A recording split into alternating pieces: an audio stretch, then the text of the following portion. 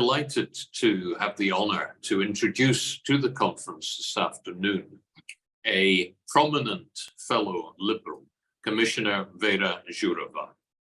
Věra is the Vice President of the European Commission for Values and Transparency. Since 2019, she has guided and overseen the work of other commissioners and the Commission services in this area.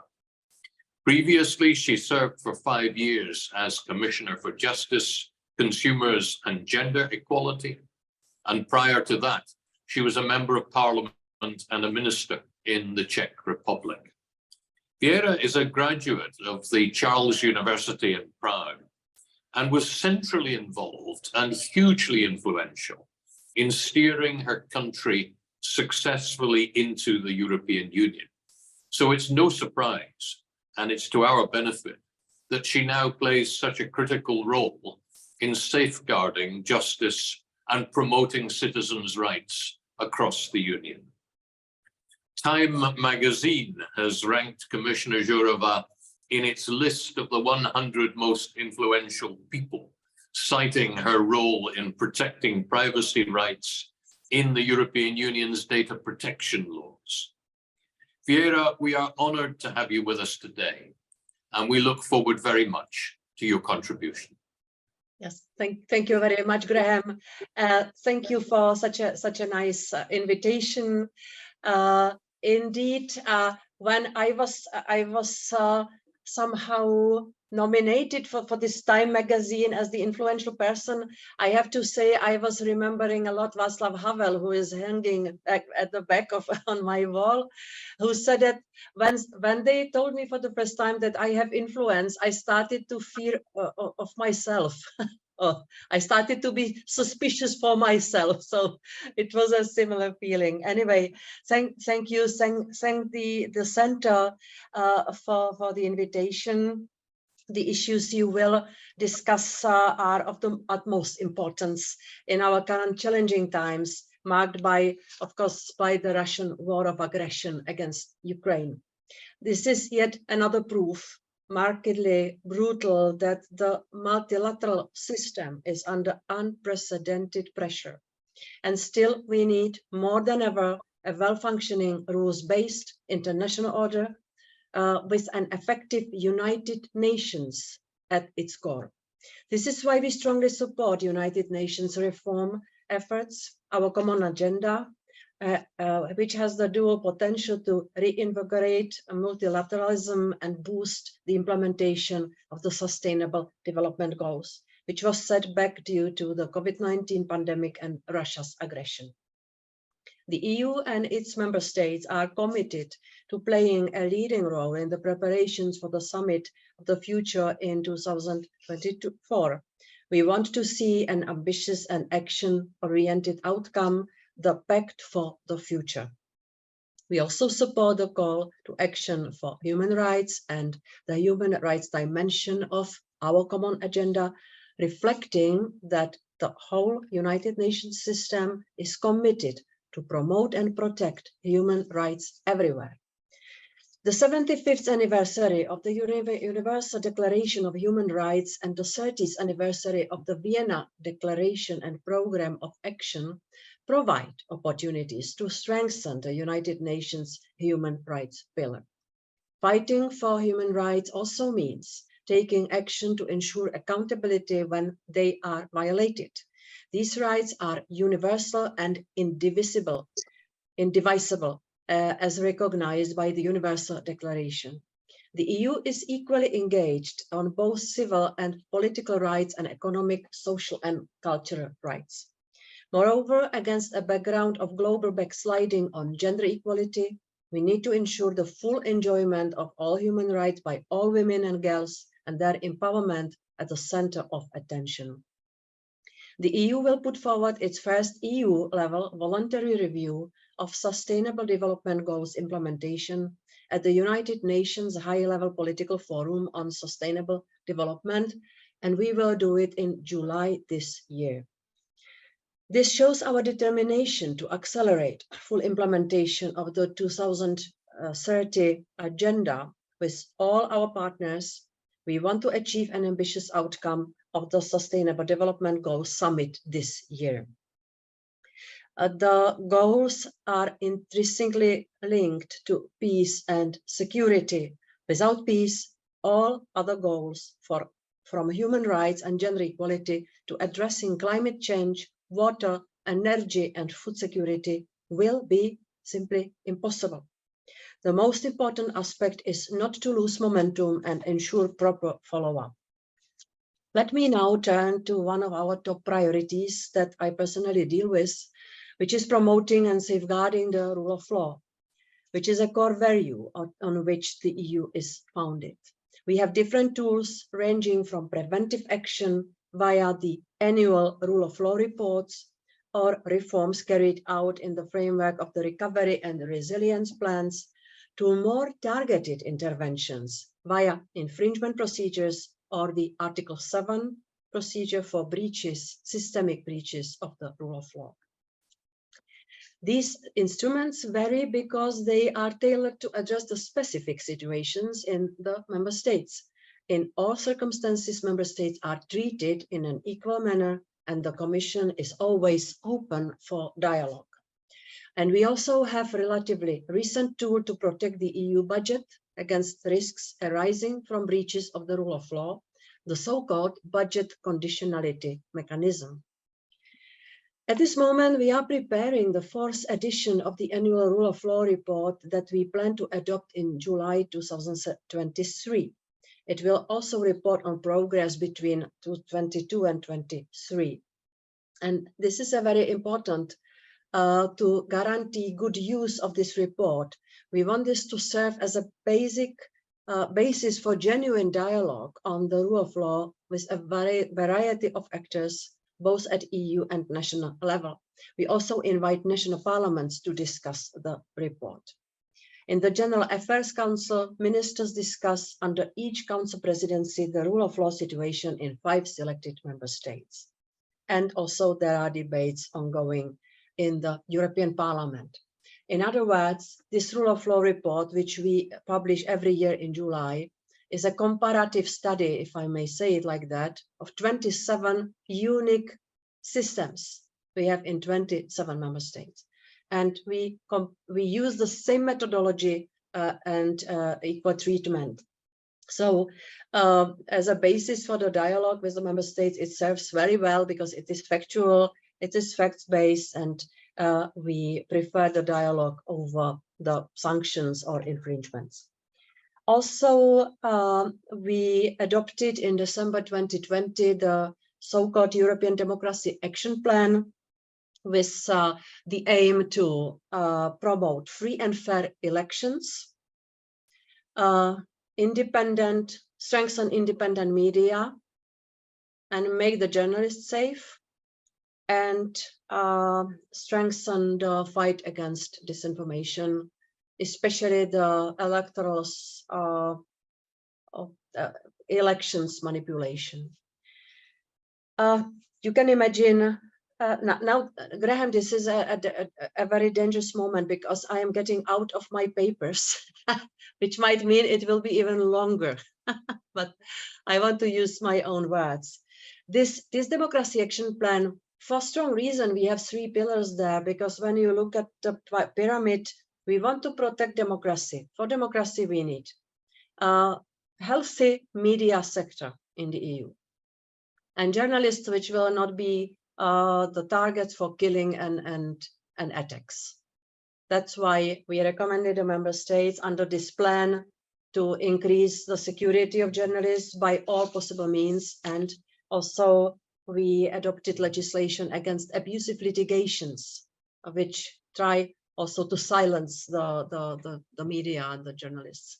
Now I am pushing forward the Media Freedom Act, which is a very, I think, important contribution. I will come to the media law later. The second on elections, when I'm sure you remember the Cambridge Analytica case in 2017, the hidden manipulation of voters And we don't want this in Europe. That's why after Cambridge Analytica, I created the electoral network with all the member states, because we have very limited competencies here for the organization and safety of elections. And I opened the more systemic cooperation with them on strengthening the defense against cyber attacks. It's a bit technical. Against the misuse of private data in electoral campaigns. This is the Cambridge Analytica case. To look into the rules and legislation, whether it reacted at all on the fact that the political advertising shifted online. Half of the member states didn't have it. And the last thing was how to protect the electoral campaigns against the disinformation, which can change last minute voting preferences. So this work is ongoing, and now we are working on the review of what we have done to protect elections better. And we believe that these two things, strengthening media and protection of elections, are connected. And also it's all connected with all we do against the disinformation, the code of practice against disinformation, which is not about removing some content or giving somebody the pouvoir to say what is right, what is false, but rather to create some very broad societal action which will maybe clean the information space by demonetizing of disinformation, and also by fact-checking and many different ways to prevent us against the bad impact of disinformation. This is not only about Russia, because vis-a-vis Russia we had to take more tough measures, including sanctioning Russia Today and Sputnik. But this is also about minimizing the effect of our own producers of disinformation. Lying is becoming the normal method in political campaigning. And it has always been here, but now with the availability of the social media, you can see how efficient this can be. And it's not the case anymore that the politicians are disqualified after being caught lying. It's not anymore the case. So this is the code of practice, where we have 38 signatories, including all big platforms. We have a lot of, we have the main bodies working in advertising industry, because we want them to cut the disinformers off the money of the advertisers. We have a lot of civil society organizations. We have the media front. And as I said, nobody should have the stamp in the hand to say that this is true, this is lie. It might be the case for the courts, yeah, in case there is some interest. But I think that we have to protect the freedom of speech in Europe. The only thing which I have to strengthen, where we don't have any mercy and where we want the content to be removed, it's the production of artificial intelligence, producing and amplifying disinformation, because the production of artificial intelligence is not the production of the human beings who have the freedom of speech and the right of expression guaranteed. Yeah. So we also have to react on these new technologies. Media Freedom Act, I already mentioned that. It's under big pressure now, because of course we are introducing rules which say to the politics and politicians, hands off the media, no influence on the editorial content.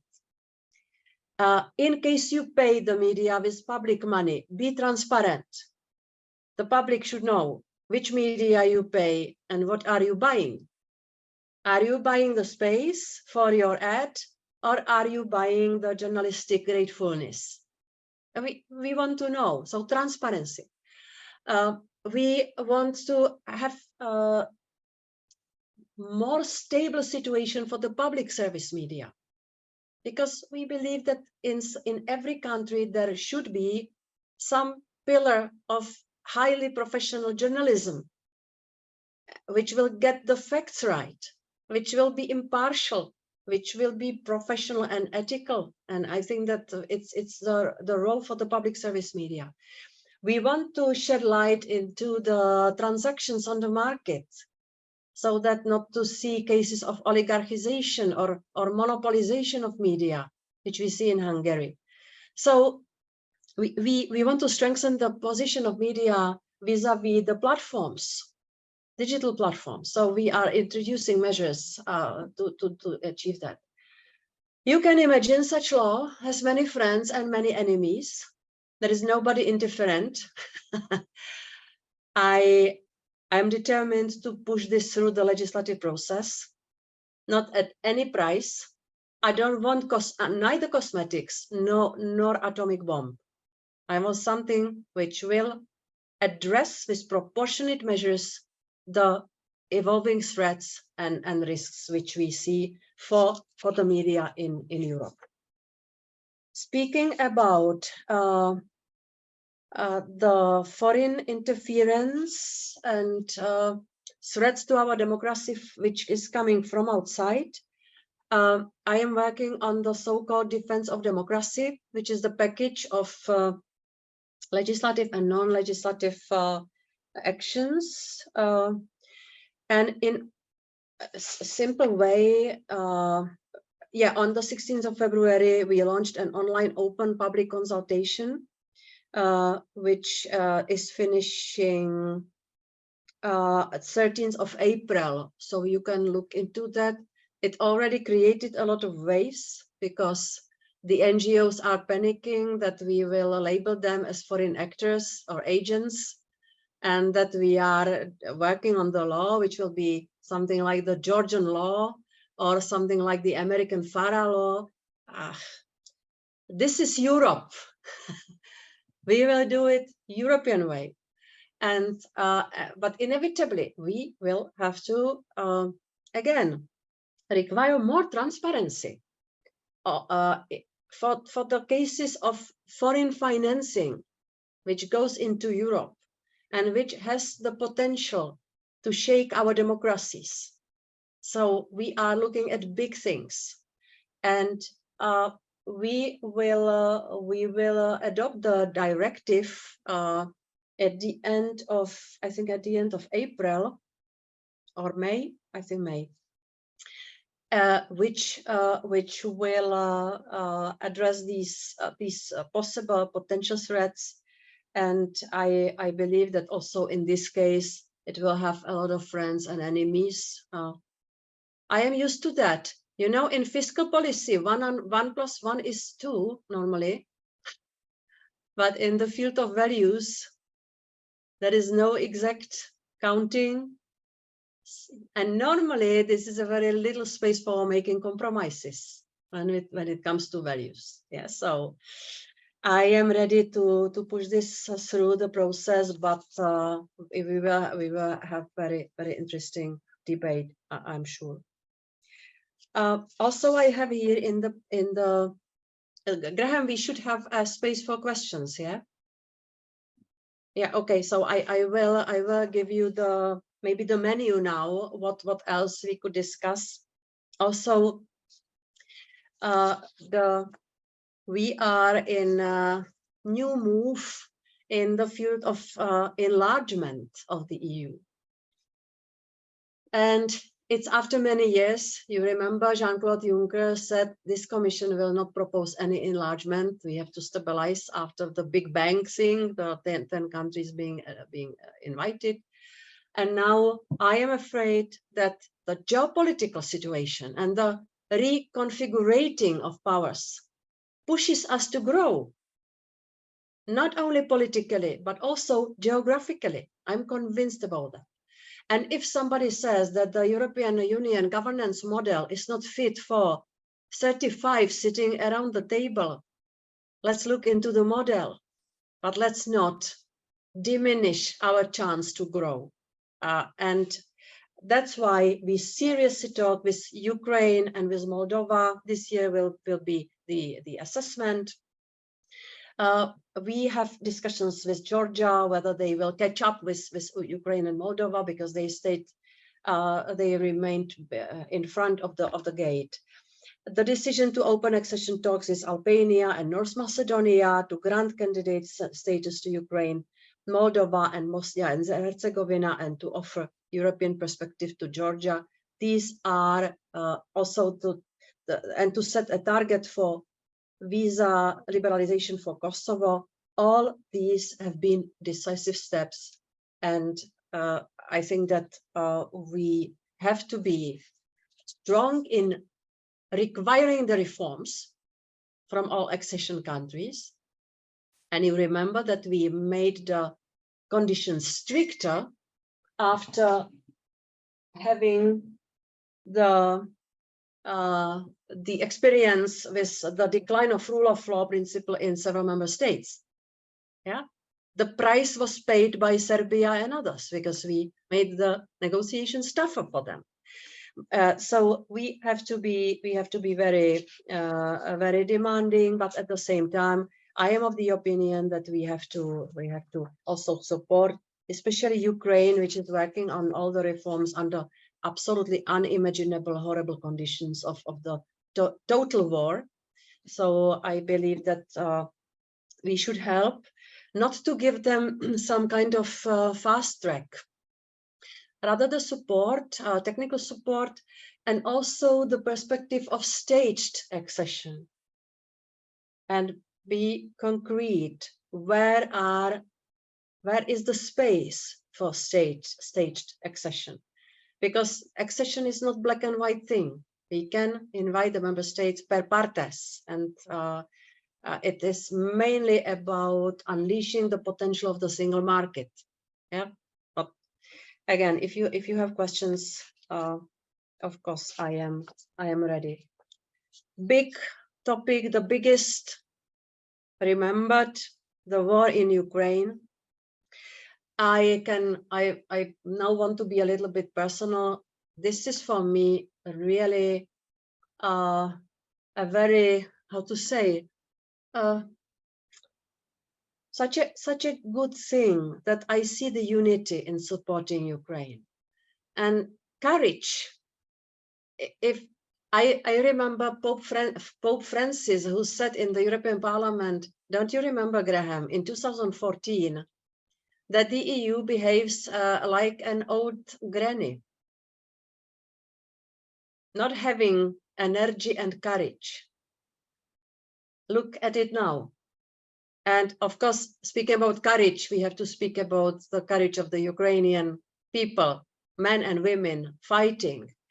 And also the courage and resilience of the families who had to flee. We have now 400,000 new Ukrainian people in Czechia, which has 10,000 inhabitants. Yeah. And they are everywhere. They are gradually integrating into our society. But the uniform, strong support for a Czech person who, of course, knows the history of my country, 1938 with Munich, 1968 with Moscow invading, and to stand alone, it's something we must not do to Ukraine. Yeah, it is a call to be solidar and to be strong and courageous. So I am really grateful for having the chance to be part of this decision making. Our response, unwavering support, unprecedented military support. We are investing all the money from European Peace Facility, which is, I think, 5 billion euro. Now additional 2 billion for ammunition, trying to encourage the production of ammunition. It's a paradoxical thing, because we are trying to encourage and increase the production of ammunition the same way we try to encourage the production of vaccines and common procurement. Isn't it crazy world we live in? Just imagine those two things. We are working on deliver on our promises regarding the macroeconomic support, so that Ukraine can rely on 1.5 billion euro each month for keeping the state running. The sanctions, supporting Zelensky's peace formula and lobbying and diplomatic efforts in the United Nations, whatever we can imagine. I think that we are doing everything and we are doing the right thing. And it's key to say. I was never so convinced in the past about everything we were doing. War crimes,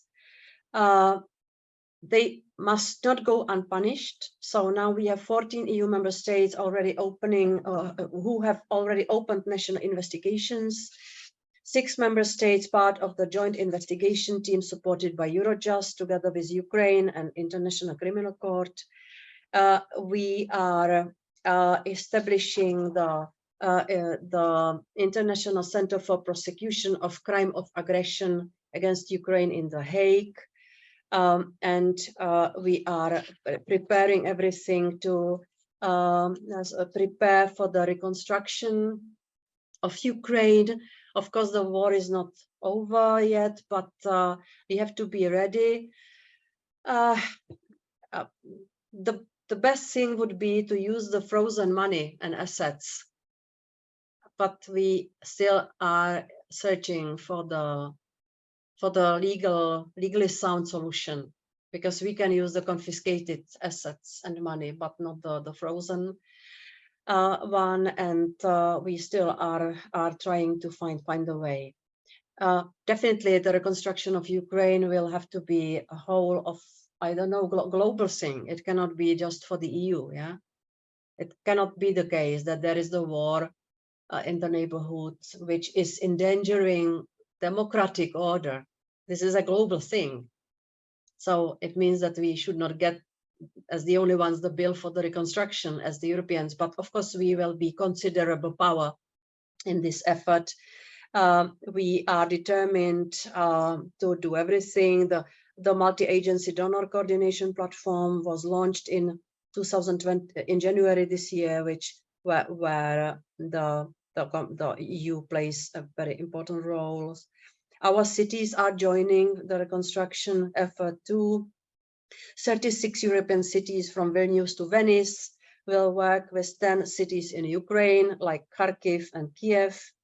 And as part of the commitment made during the College to Government meeting and the EU-Ukraine summit already, there is 1 billion euro of EU support will be mobilized for Ukraine's fast recovery, to be financed from the Neighborhood Development and International Cooperation Instrument and from the European Investment Bank. And more to come. I think that there will have to be a lot of donor activities where the EU will play a role. I was skipping some parts, but I wanted to give you some overall idea of the scope of the work on the topics which are somehow linked to what your center and what you yourself are doing. Thank you very much.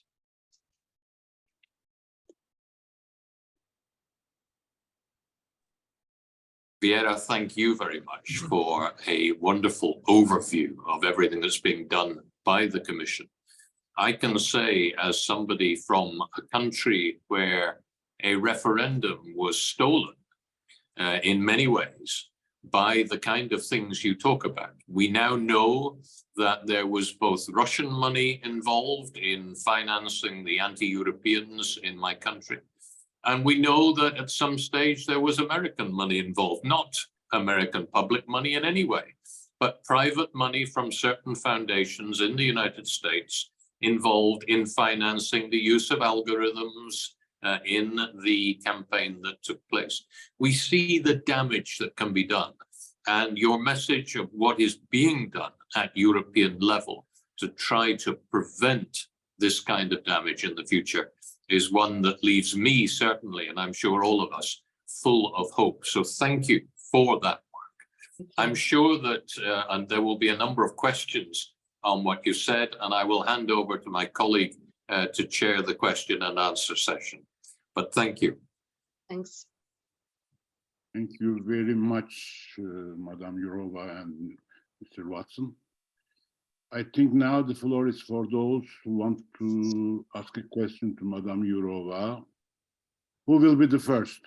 I think Ibrahim is the pioneer. No, indeed, there is one first question in your chat. But while asking my question, maybe Ms. Jourova can read the question, that question also. So I learned from that wonderful speech that European Union is not in a position to compromise any European values with any anti-democratic forces. Of course, this is great news to hear. But maybe you heard about that right now after Hungary, we know what happened in Hungary during the election. And more recently in Brazil, we know what happened there under Bolsonaro government. What kind of election process took place there. And now one more election is going to be held sooner in Turkey. Yesterday, President of Turkey directly attacked a female leader of one of the opposition parties. Directly he attacked on her. And today there is an armed attack on the one of the centers of that party in Turkey. So there is a very much, very established provocative election surrounding right now in Turkey. So one point. The second point, China, by using its asymmetrical financial power and capacity in infrastructure building, through the use of several sharp power politics, creating great impact in Eastern European countries, in the small, fragile Balkan countries. So let us assume Serbia or some other small Balkan countries become a full member to European Union. But let us assume that after getting full membership, if they don't want to obey the rules of European values, what are the mechanisms to bring them into line? How to bring discipline on those member countries if they don't want to compile, agree with the established European values? These are my two questions. How to stop external influence by authoritarian governments in some small European countries, such as China, and how to bring discipline on those countries if they don't want to comply with the rules of established European values. Thank you very much. Yeah, thank you very much. I assume I should be short because there will be more questions. So how to stop the external influence and influencing and attacking our values from outside? Well, there will be two stages after we will adopt this Defense of Democracy package. We will know for the first time who pays what and whom and for what reason. So what Graham said about the Brexit campaign, there was absolute darkness. We didn't know. We just saw that the voters are becoming more and more radicalized against the EU, and we were not able to read why and who is influencing. So now our package will require full transparency of who pays whom and why. What is the purpose?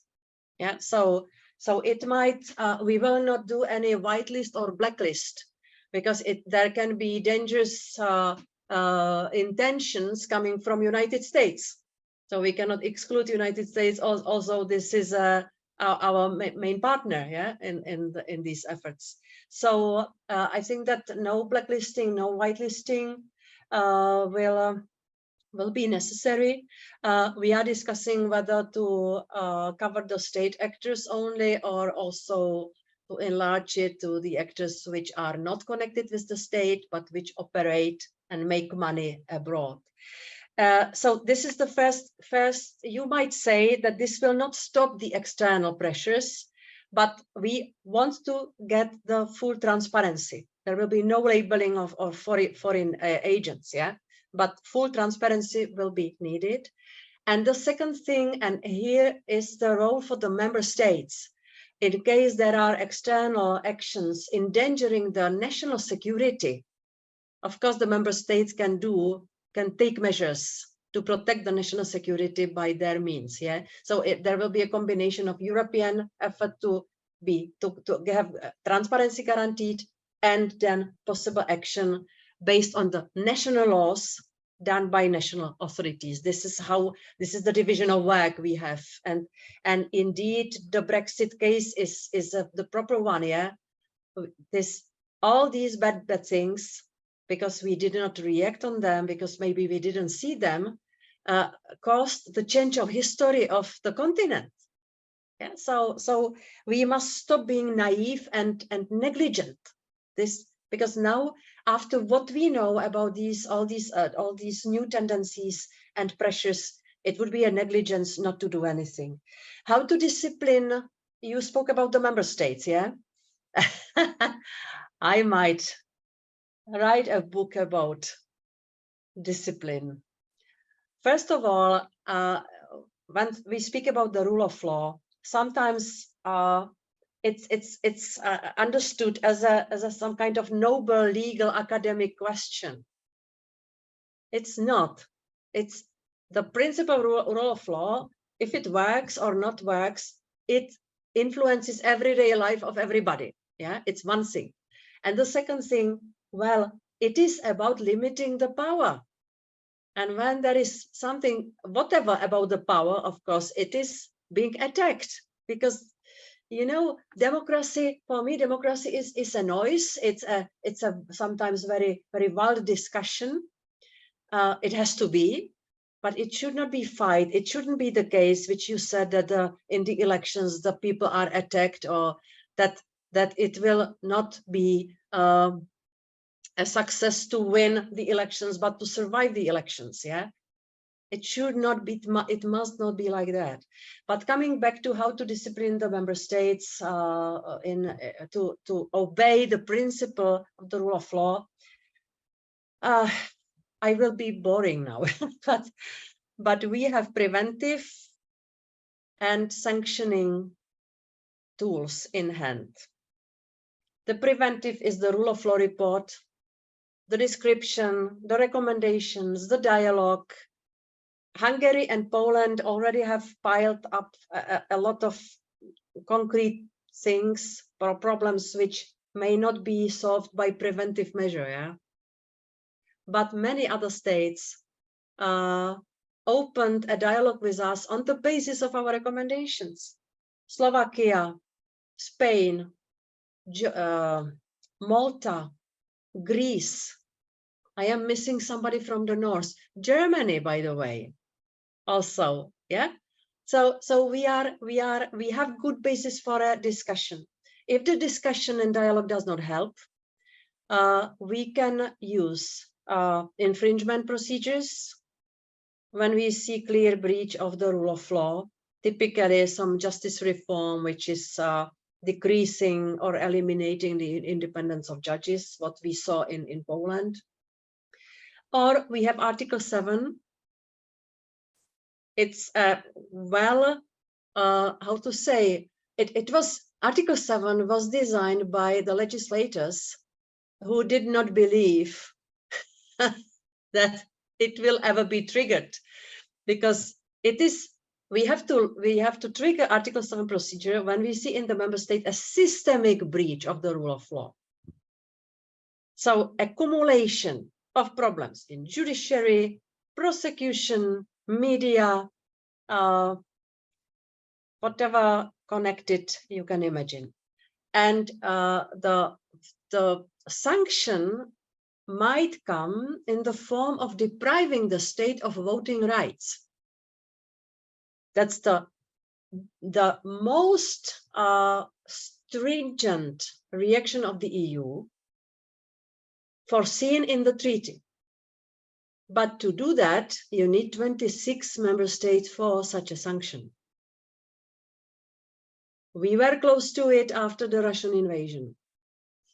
In case of Hungary, when I have to say, everybody was very upset about the first reactions of Hungary and Prime Minister Orban on the invasion. But it didn't happen. The vote did not happen. And so Article 7 is more or less a warning that this might be the case. The sanctions, financial sanctions, unless they are decided by or imposed by the European Court of Justice, which is now the case of Poland, they pay 1 million per day, 1 million euro per day for not responding on the European Court of Justice decisions in the field of this disciplinary regime.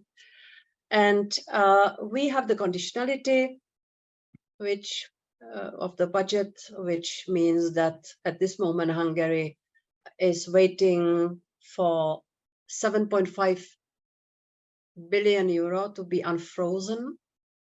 Unfrozen, am I using the right word? Frozen? Not to, unfrozen. Not to give away anymore? Unblocked. Yeah. Yeah. So this is one kind of sanction. Then the recovery plans have not been yet endorsed for Poland and Hungary because of the problems in judiciary sphere. So you see how to discipline the countries. I don't like so much the word, but you use that. There are different methods. In some cases, in cases of Poland and Hungary, it's becoming a very expensive adventure, I would say. And now I will say something which will put in question everything I said before. For me, the one who sits in the driving seat is the voter, is the citizen. And in case we see the elections protected, elections functioning as fair and free, we have to respect the will of the voters. Yeah. So no, I think those two things are not in contradiction. The EU is doing what we can do according to the treaty, but at the same time, if you give me 2 more minutes, an illustrative case is the COVID time. Yeah, when Hungary introduced the measures which were in fact which partly switched off the functioning of the parliament, there was such a big pressure on me and on the Commission to do something. Hysterical voices, do something in Hungary. And we did a sober legal analysis. We saw that it's something they can do according to EU rules, but it has to be assessed by the constitutional court in the country, not by the Commission. And I think that this should be maintained and respected, the division of work. You might say that the constitutional court in Hungary is also a problematic place to decide. Yeah, I will put this aside. I just want to say that to discipline the states, there is a need that we are disciplined ourselves, and that we are not activists, we are not overshooting, that we are not paternalizing and mentoring, that I think we should do what we can and should do according to the treaty.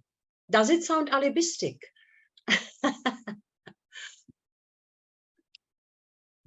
Thank you very much. Madam Jourova, thank you very much. Bülent Keneş has a question. I can read his question. First of all, he thanks you very much. And then This question is the following. My question will be about the stance of the European Union in protecting free media and freedom of expression in the EU member countries and the candidate countries like Turkey. Do you think that EU fulfills all its expected duties and responsibilities to protect free speech? How do you assess the present performance of the EU vis-à-vis freedom of expression and media?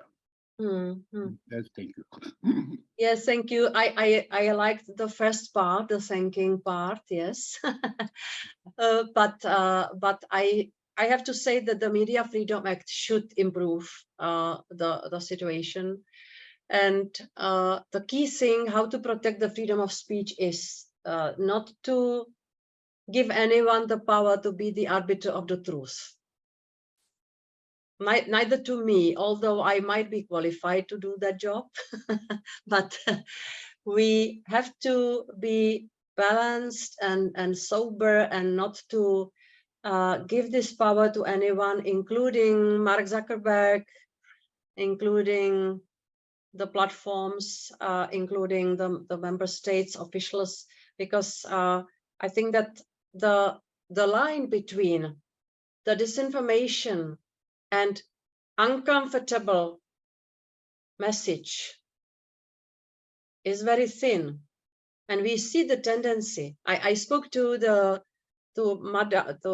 former Danish Prime Minister, who is now sitting in the board of Facebook, receiving the requests for removals of the content, and she said to me, 90% of those requests are coming from the governments. Yeah, so should we authorize this? Should we say, yes, there should be the way to remove the content which somebody dislikes?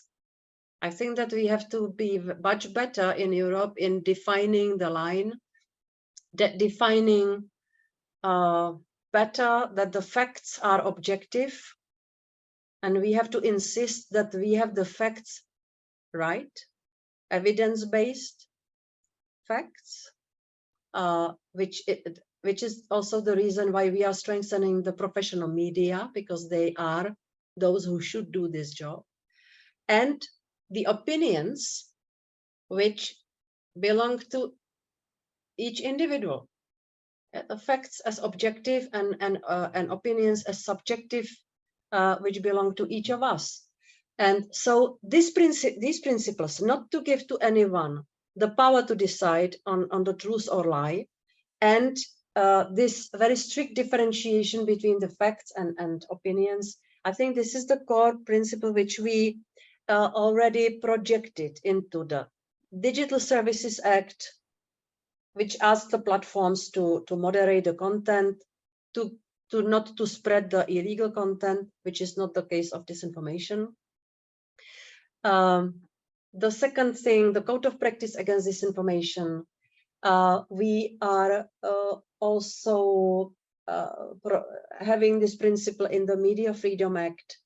So we try to do very careful, to propose a very careful model which will protect the freedom of speech and at the same time to improve the situation in the information space. It's not easy, but I believe that we should not, because now, for instance, we are in the war, we are in the information war, and Putin wants us to drop our fundamental values. It would be the victory on our territory without any weaponry. For Putin, it would be great if we say, okay, so now the freedom of speech and freedom of expression, it's too risky to guarantee it to people because we are in the war. We will prescribe what the people should write and say and think. We will not do that. We must not do that.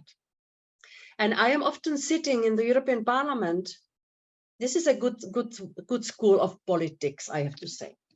And I sit in the middle. Here are the mainstream parties, and here are extreme right and extreme left.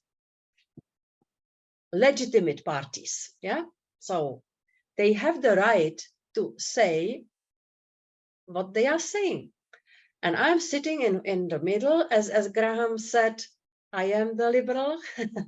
I think that I am a true liberal, a little bit to the left from the center, but still. And I deeply disagree with what I hear from far right, far left. But my job here to protect the values of the EU, including the freedom of speech. So my job here is to protect their right to say these words. It's old good Voltaire, isn't it?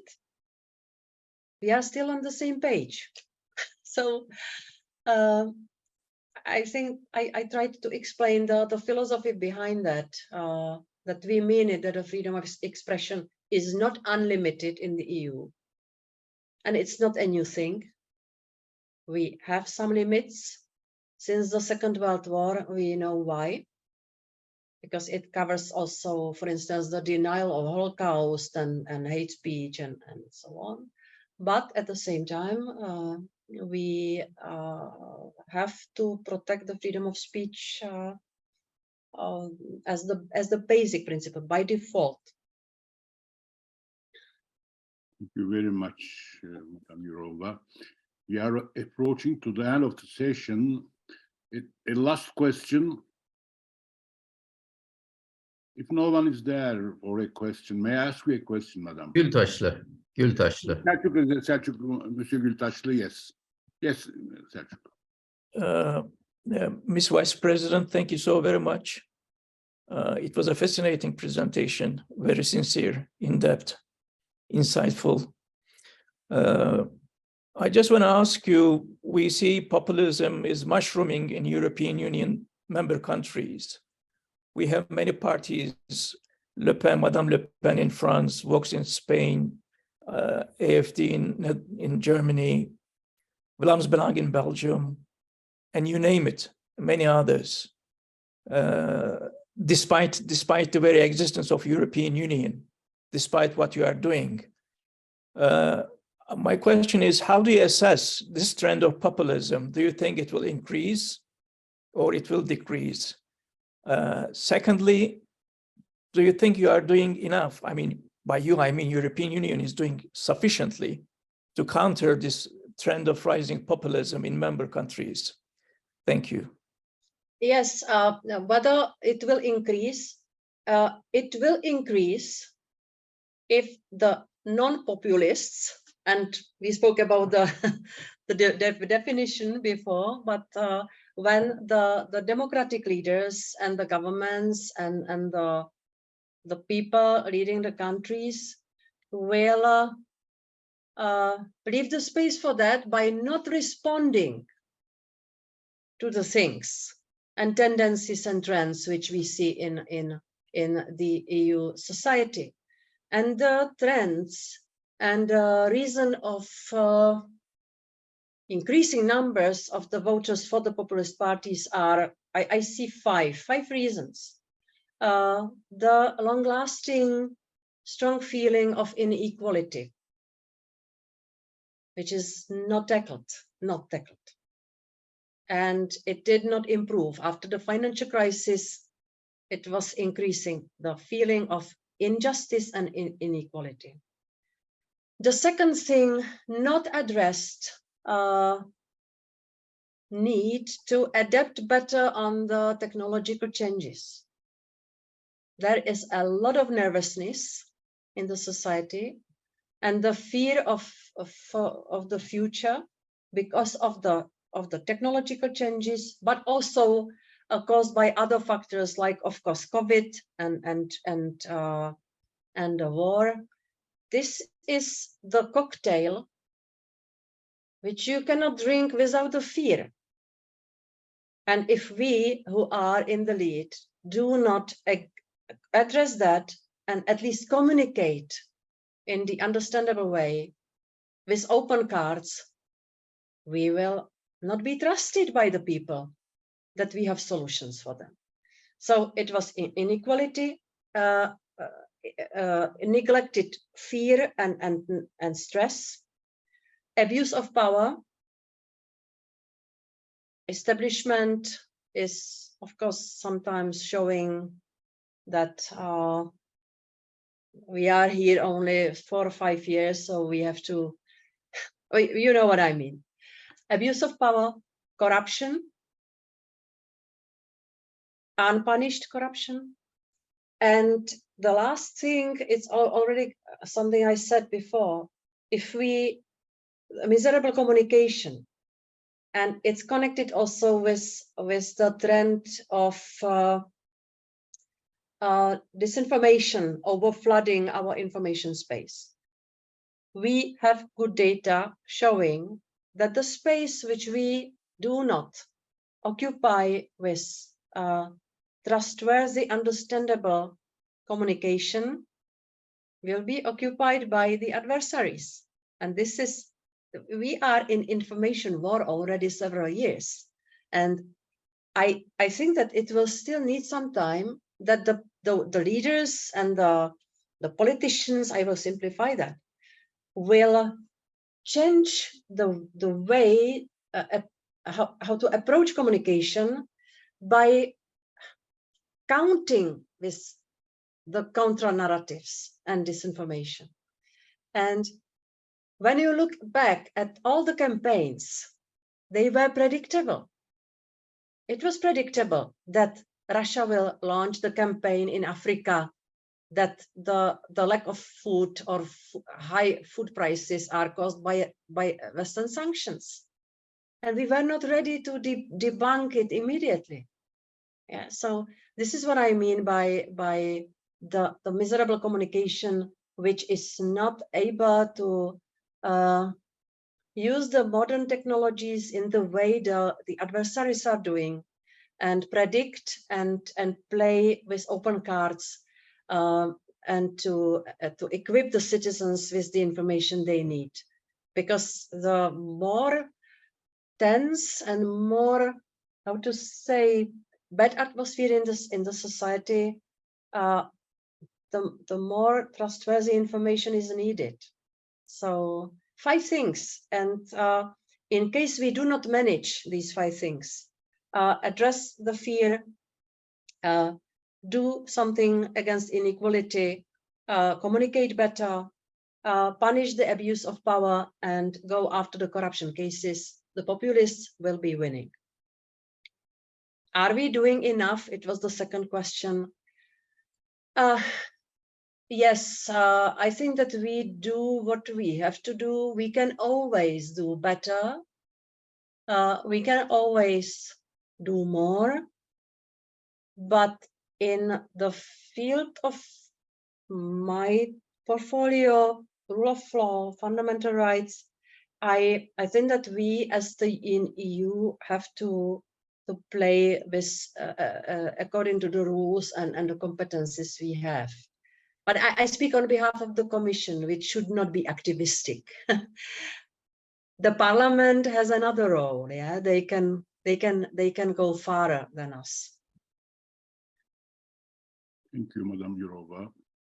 I think we are at the end of the session, but is there anyone else who wants to ask a question to Madam Jourova? No one? May I ask you a question? I'm sorry. Yes, please. As far as I know, your main domain of interest is culture. What is your own conception of European culture? You think that the necessary and even sufficient condition for European culture is the rule of law, or rule of law plus something? To define an European culture. Thank you very much. How many hours do we have?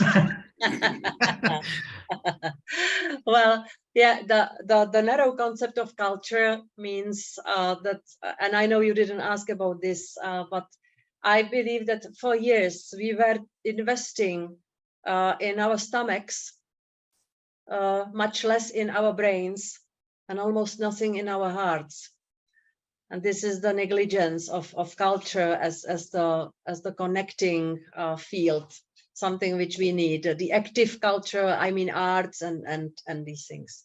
In broader sense, the cultures, I think that what would be the horrible mistake of the EU to try to assimilate the merge the cultures to decrease the differences. You know, there are unique things in not only in every country, but in every region.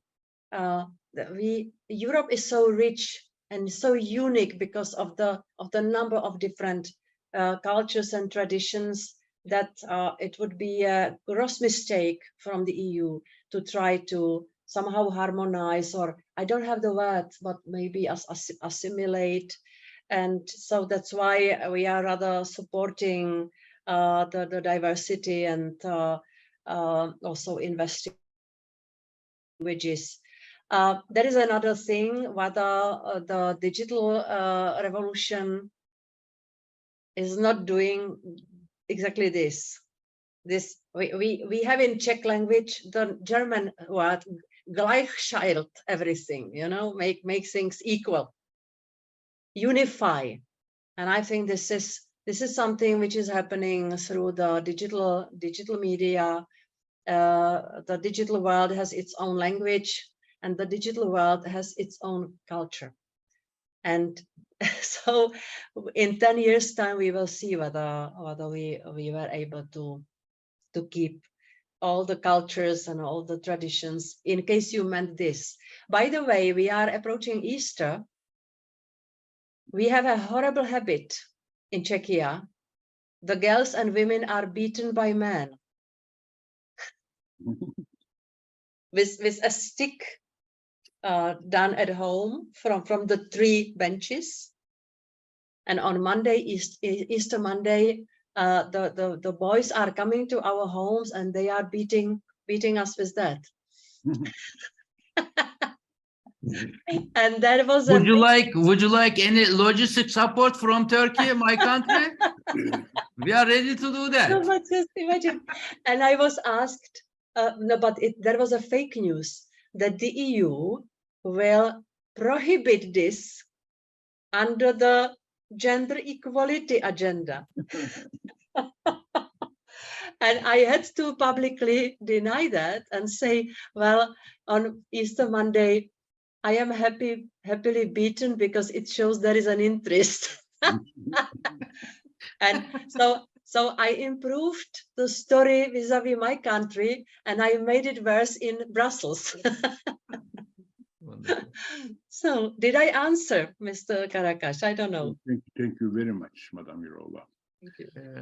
Sir Watson, some last words from you?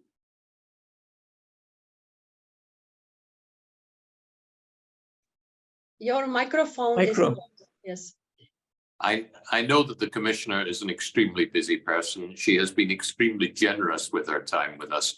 Věra, thank you very much for your words of advice, for the work that you are doing on behalf of citizens, not only in Europe, but effectively across the world, this very, very important area. We are very grateful to you for being with us today, and we wish you every success in the work that you have on your agenda. Thank you very much. Thank you for your kind words. Thank you, Graham, for very long cooperation. I thank the center and you individually all the best and all the success in what you are doing. And maybe it's not the last moment for some contact.